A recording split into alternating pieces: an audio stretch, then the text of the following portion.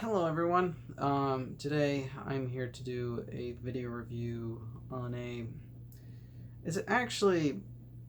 This is almost kind of a bit of a hard movie to talk about, strangely enough.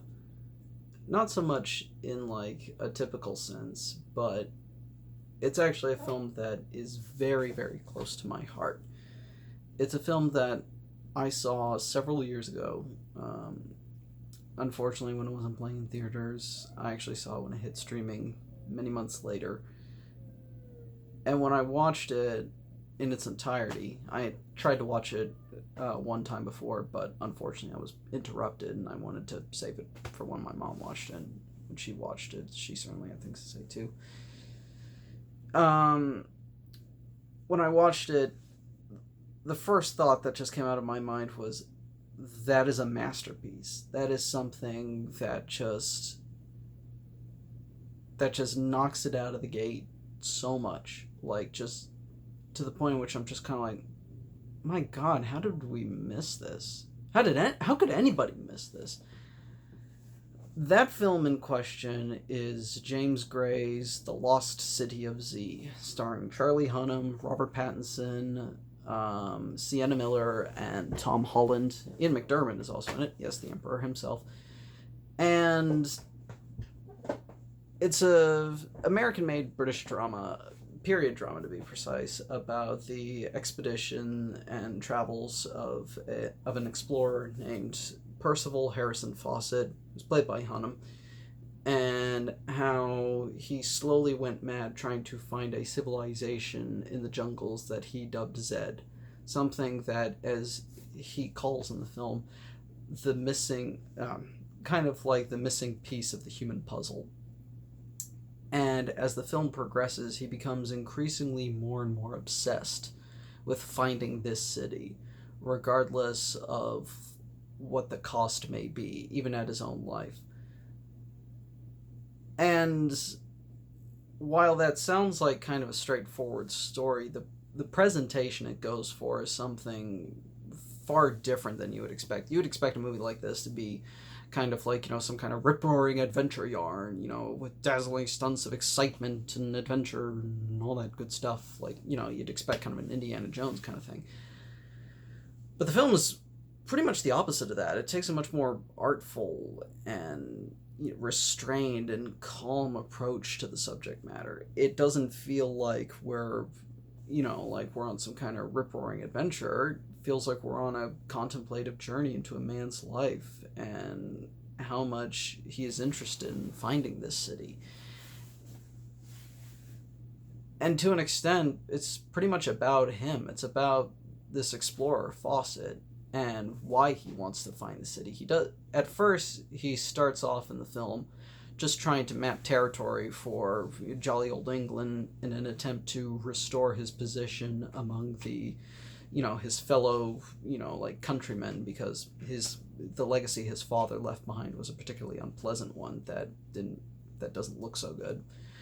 But as he begins digging deeper and deeper into the jungle, he finds something that he considers to be more important than just glory or like more territories for the British Empire. He finds something that just feels like so far removed from what he has been taught all his life, to the point at which, like, he's just like, I must see this. I must see this.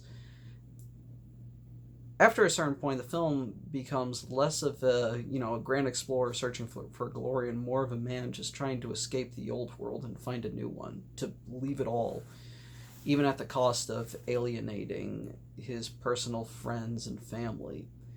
And yet, despite that, despite that description of making the main character kind of sound like an asshole, if anything, it actually makes him more sympathetic, thanks to the way he's written and the performance Charlie Hunnam puts on display. I mean, my God, I know that in that year like the Oscar nominees were going around. Gary Oldman won Best Actor for Darkest Hour by playing Winston Churchill, but Hunnam, I thought, did the best performance of that year. It was just such a rich, powerful and deeply sad performance. I mean, maybe even not deeply sad, but it had this right kind of rough charisma to it.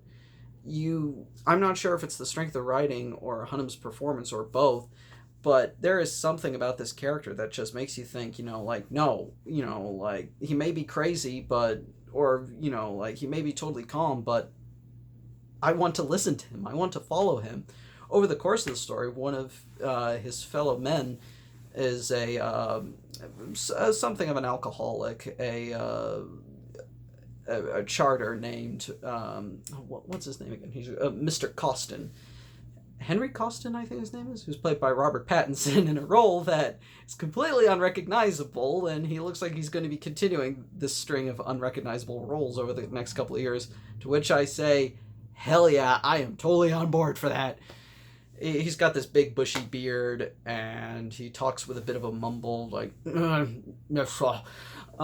but throughout the entire film, he remains his friend and loyal aide-de-camp to the very end. And on top of that, it's just a funny performance he does. One of the best lines in the film comes from him, where after, Fawcett brings back evidence of the civilization he's discovered, and all these things of, like, pottery and old markings and treasury and all this neat stuff, he asks his friend Mr. Costin, like, what say you of going on another expedition? And he just stands up and says, well, actually, no, he doesn't stand up. He remains sitting, but he says something along the lines of, Mr. Fawcett, that jungle is hell, but one kind of likes it. And it's such a perfect summarization of the movie in a nutshell. And they're not the only good ones here. The other two faces I mentioned, Sienna Miller, who has been kind of a weird, almost chameleon-like actress, who every once in a while, she kind of appears in something that just kind of makes you go, oh, that's her. Like, she was in American Sniper, and the first G.I. Joe movie, and I know that there's a bunch of other movies that come to mind, but those are the first two. And she shows up in the film just giving a really, really strong supporting performance. Like, her character may not seem like much on the surface, but there is genuine depth with Nina. She's, of course, Fawcett's wife, and she's kind of like in a rough situation, having to deal with the fact that her husband is gone all the time, and she begins to resent him and has frustrations over what's going on. But, hang on. Anyway, where was I? Oh yes, about Nina. She has frustrations over the directions Fawcett's going in his life, and how she feels like she's not she doesn't even exist anymore because of his travels. But she's never written in a one-dimensional manner. She has thoughts, she has opinions. She even acts as a way to show that Fawcett may not be as progressive as he thinks he is. Throughout the film, he shows great sympathy to the natives and scoffs at the racism of his fellow countrymen, but his values in regards to women of the opposite sex are pretty much in line with what that mentality was in the early 1900s. But once again, this doesn't make him an automatic dick or anything. Like, he was a man of that era, of that time.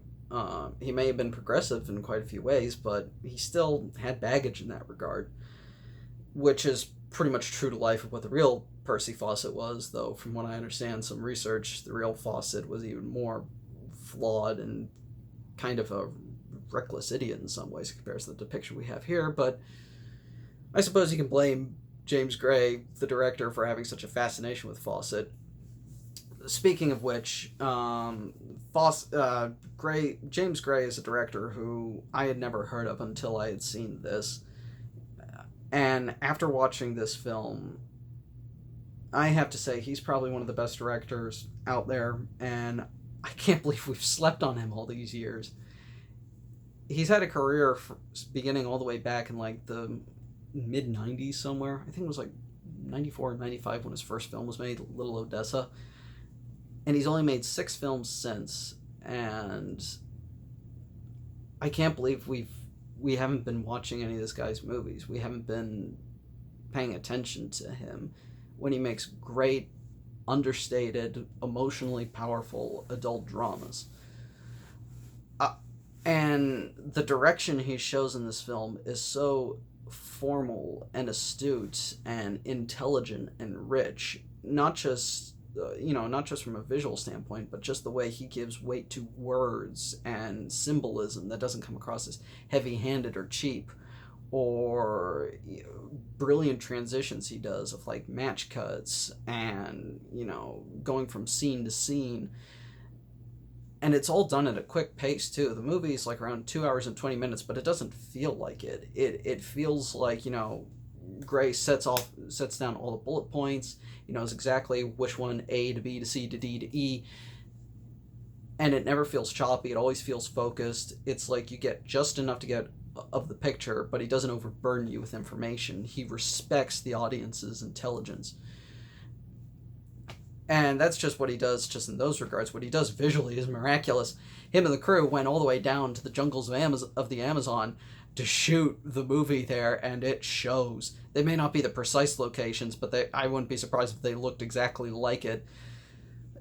And he shot it all in 35mm with cinematographer Darius Kanji, who, if I recall correctly, worked with Gray on another project, The Immigrant, and has worked on other films before. I think another movie he worked on was Seven back in the day. Pretty sure I worked on Seven. And the images these two create are nothing short of astounding, from the way he plays with trees, or the light piercing through them, or giving that great feeling of like malaise of the characters, kind of like being in that kind of mindset of like, when is this going to end? Are we going to be out here forever? And the parting shot of this movie is one of the most breathtaking things I've seen in cinema. Gray has this particular talent for knowing how to cut, like to his last shot. Like, it always feels like, there's always some kind of great parallel at the end of his movies, or some kind of really piercing shot of a character in that kind of mindset where it's like they're just kind of like, how did all my actions put me here? And he knows how to do that. It's a shame that the only movie he's made that was ever financially successful was a crime film all the way back in 2007. Ever since then, he hasn't made a financial success with anything, no matter how critically acclaimed the film ends up getting, and that's a gigantic shame. There's also so many other elements I could say about the film that really click for me. Another thing is the music. Gray employs two different kinds of music: grand orchestral tracks from like Mozart and Johann Strauss, to an original score by Christopher Spellman. I don't know how is that, but the score that is employed is really beautiful, and it's like both aspects of the music complement each other. They never feel out of place. They all feel consistent with the mood. And the period detail is exquisite, from the costumes to the way the characters speak, to just like the vision, like the set design. Everything about this movie feels absolutely authentic.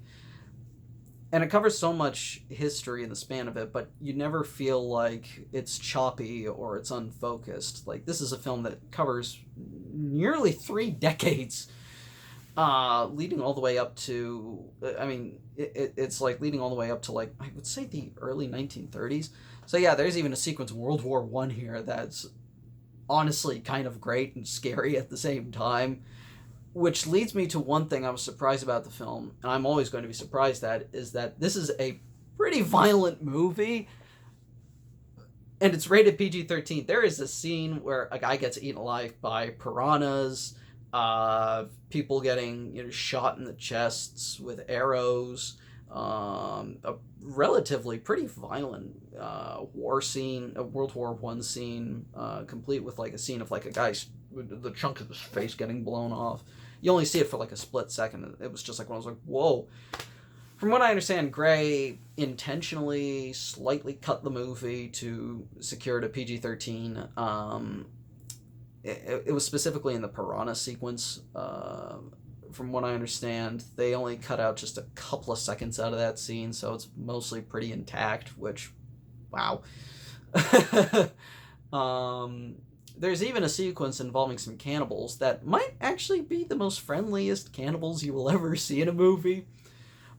It's a miraculous sequence when Fawcett and his crew find this, like they're attacked by a local tribe, and whereas the rest of his party kind of stay behind cover and try to make sure, oh crap, I don't get hit, Fawcett surrenders himself peacefully, and he talks with the villagers, and they instruct him their way of life, how they cultivate, and one of the things that they do is that they eat their own members of their village, but not out of maliciousness. It's actually as a way to honor the spirit of those who have passed on. If you die in the tribe, then your body's going to be eaten, but it's going to be shared with everyone. And stuff like that, I always find things about cultures like that really fascinating to me. Like, it's just like, that's an interesting way of looking at life. I like that. Call me morbid for thinking that way, but stuff like that completely fascinates me. Like, I'm one of those people who was perfectly okay with the crazy cult Midsummer because I was like, no, that's probably their traditions. You can't scold like the Aztecs for the way they do things. They've got a completely different thing mapped out. And it was things like that just really stuck with the film for me. I'm kind of avoiding to try and run around in circles, and I could probably go on all day with this movie.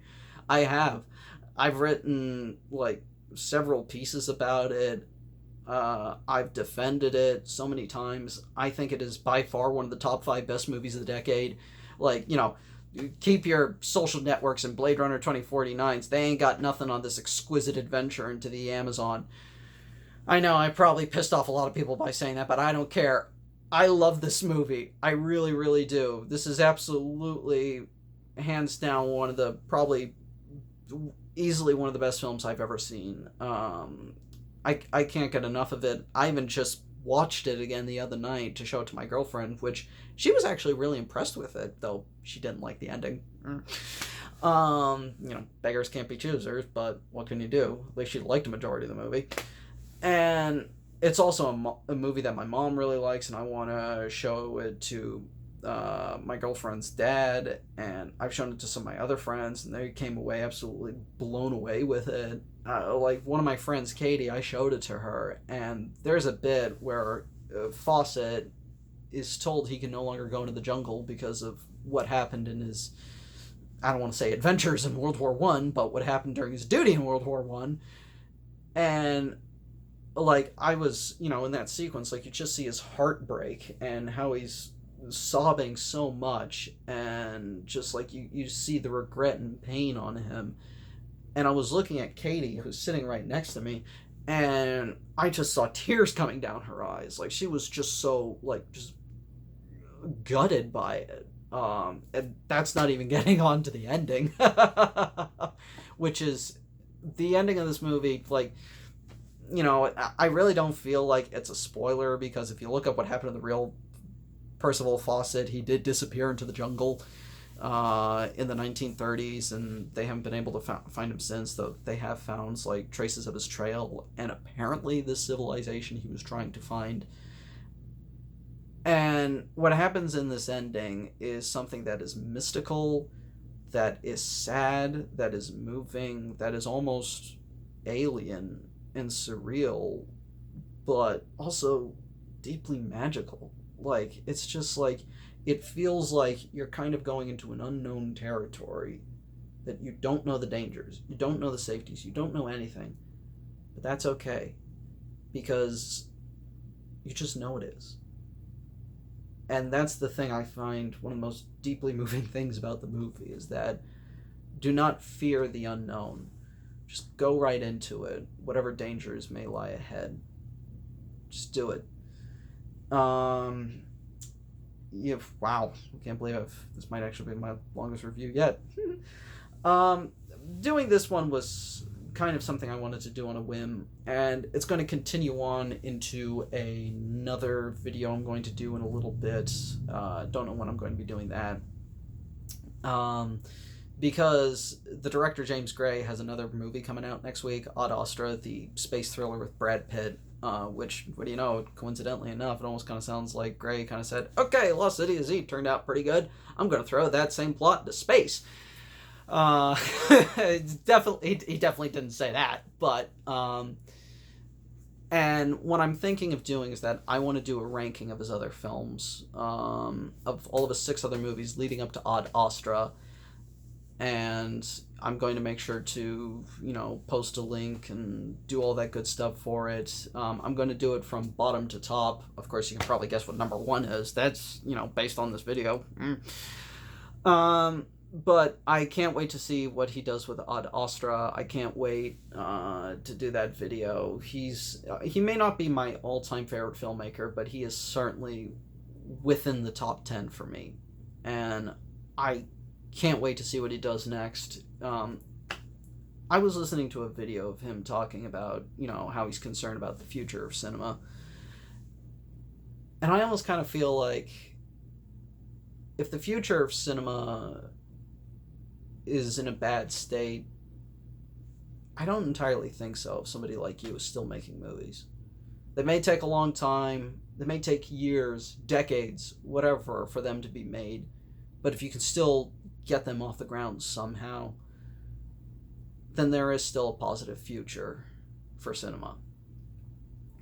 I don't know if he actually would ever come across this video and say, oh, hey, thanks.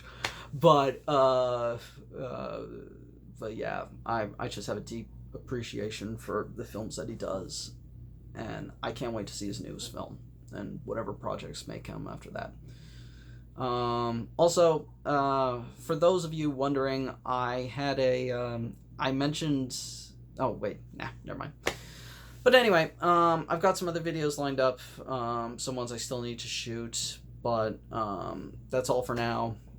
Links to my profiles down there on Letterboxd and Twitter, right in the description.